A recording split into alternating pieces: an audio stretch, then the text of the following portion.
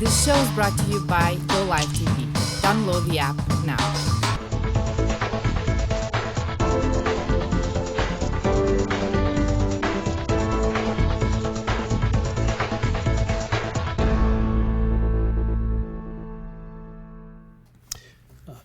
Richard Borax again for Law and Reality. Now, I took some time off from doing the show the last several weeks, quite a few weeks actually, because so much has been happening both with the law and the reality of worker immigration. The workers who found it very difficult to get status in Canada, especially from Europe and South America. And I didn't want to do this show until I knew which way the wind was blowing, which way things were going. And both with the law and the reality, we've had some changes in direction, very substantial, serious directions.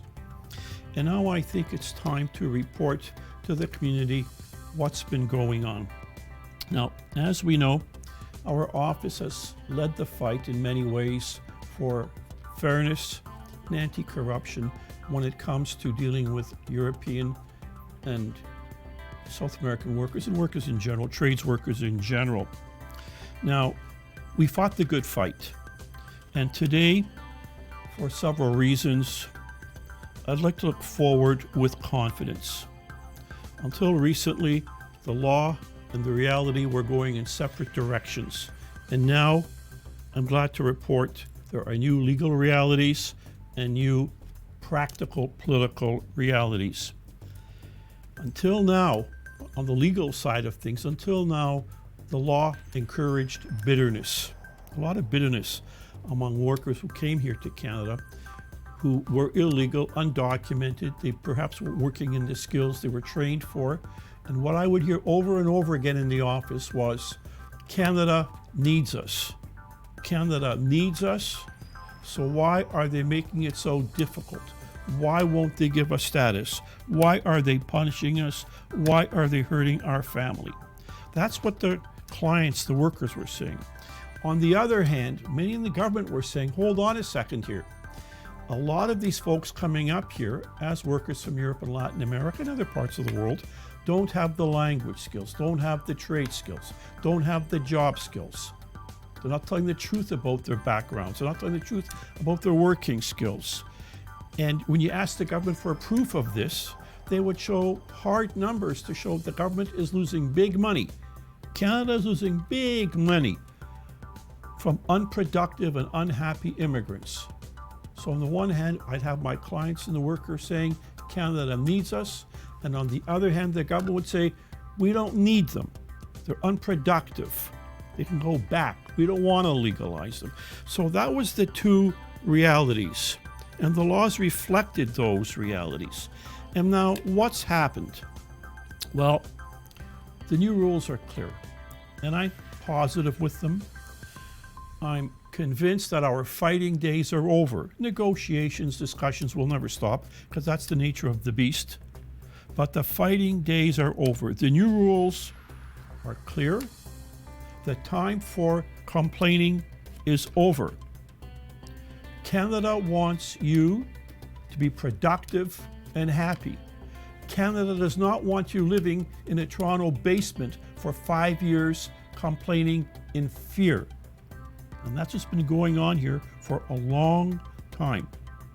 Under the law, living in a basement for 5 years, waiting for immigration to come knocking on the door legally, those days are now over because programs have been established to make sure that the folks coming here now have a choice. If they want to live in a basement in Toronto or Vancouver or Montreal, and they want to live in fear, and they don't want to raise a family, if they want to spend 2, 3, 4 hours a day in traffic complaining and calling it a lifestyle, that's their decision. But the government has come up with so many new programs now, there are options. And if you want to take the options, so we'll look at them.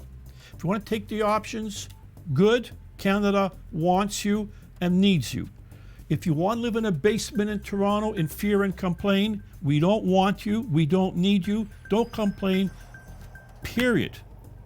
So let's look at some of the options.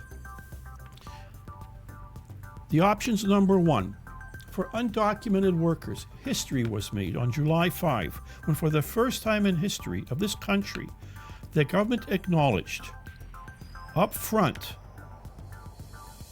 in writing, publicly, not privately, not with a special program, but up front, that they were starting to address the undocumented worker issue. True, it's for 500 families in Toronto for construction, but it's a massive start. And in our office, we are excited to be processing, starting next month, the first paperwork for quite a number of these undocumented workers, construction workers to start.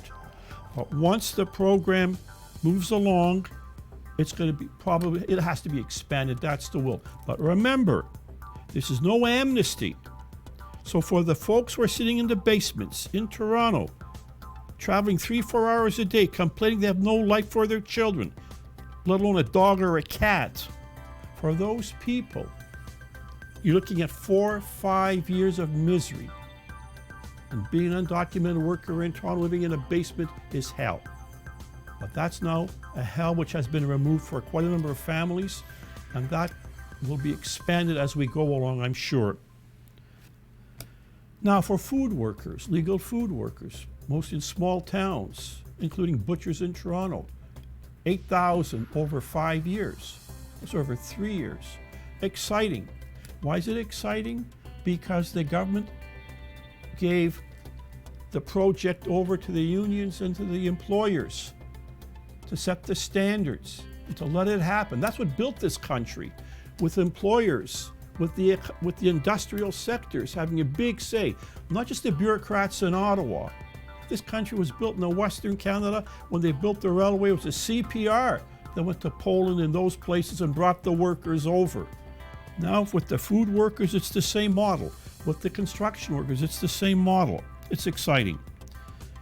Also exciting are the new programs for small town Canada, Northern Ontario, the northern villages, the smaller villages across the country.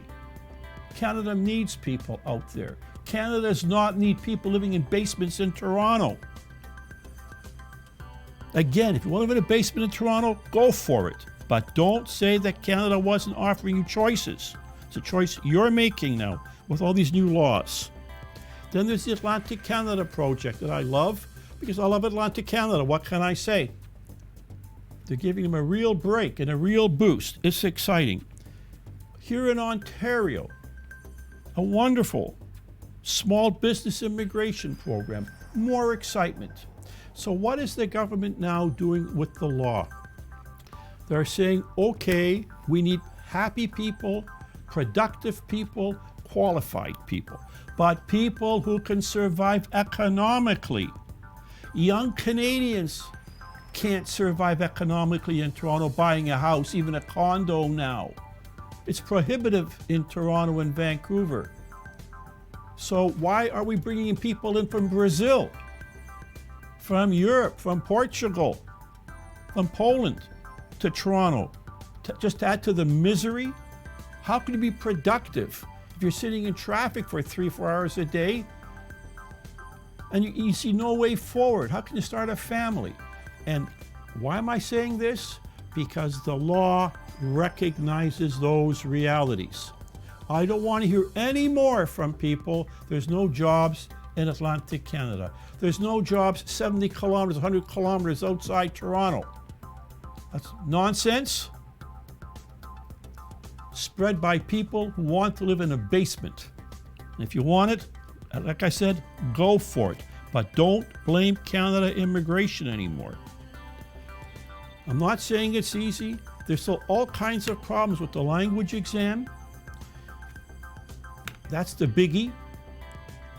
But other than that, and those could be negotiated, those could be discussed. But once again, they lowered language considerations in Atlantic Canada. They lowered them in small towns in the north. Therefore, they can be negotiated. But no more fighting. Our fighting days are over. Now, that is the law. On the reality on politics, also good news. We're going to have a new government in this country after October 21. The new government, I'm not saying they're going to be perfect. We live in a failed world here. So nobody is perfect, no government is perfect, but we're not going to have the same level of unfairness towards workers, towards people from Europe and Latin America that we have under the Trudeau administration. We're going to have a new government, and we can concentrate on reality, not unfairness and, unfortunately, corruption. So we have the law going the right way, we have the reality going the right way. And what does all this mean? This means that the onus, the responsibility is now on the shoulders of those who want to immigrate. I don't want to hear any more from folks from Brazil, from Lusitania, from Portugal, from Poland, from Italy, saying, I don't have a chance to stay in this country like people from other parts of the world. No, no, no, no, no. You have a chance to stay in Canada. But if your Canada stops at Burlington, if it stops in Durham County or in Barrie, if that's your Canada, and if you don't have a computer skill, if you don't have great education, because remember, Toronto, Montreal, Vancouver are open for those people who can make a lot of money every year and can afford to start a family and keep a family going and feed the dog and the cat and the goldfish. But don't come to the big cities expecting a good lifestyle if young Canadians can't afford it on their own. Why is it this way? Let's not get involved in all this political nonsense. The reality is, if you want a lifestyle that's decent for your family, Canada's got the rules. Why? Because we're losing too much money on unhappy, unproductive people. Not bad people, but it's hard to be productive, like I said, if you're worried sitting in a basement, spending 3-4 hours in traffic every day. So, the onus now, quite quickly, has shifted from people blaming the government, saying, why do they punish us? To now the onus being on the young Brazilians, the young Portuguese, the young Europeans, deciding what they want. If they want a good lifestyle in a smaller community that respects them, a nice house, 2-car garage, swimming pool in the back, a decent life, not spending 3 hours in traffic, if that's what they want, go for it. If you want to sit in a basement in Mississauga and spend 3 hours traveling, go for it, but don't complain. So, for me, the last couple of months have been dramatic in the sense of shifting sands in immigration. And now in our office, we're going to take much more of a hard-nosed approach with people. When it was necessary to fight the government, to fight unfairness, to fight corruption, we led it. We were there. And we're still going to be there on language and other issues. But the onus is now not on the government. That'll never end. But the onus is on the people.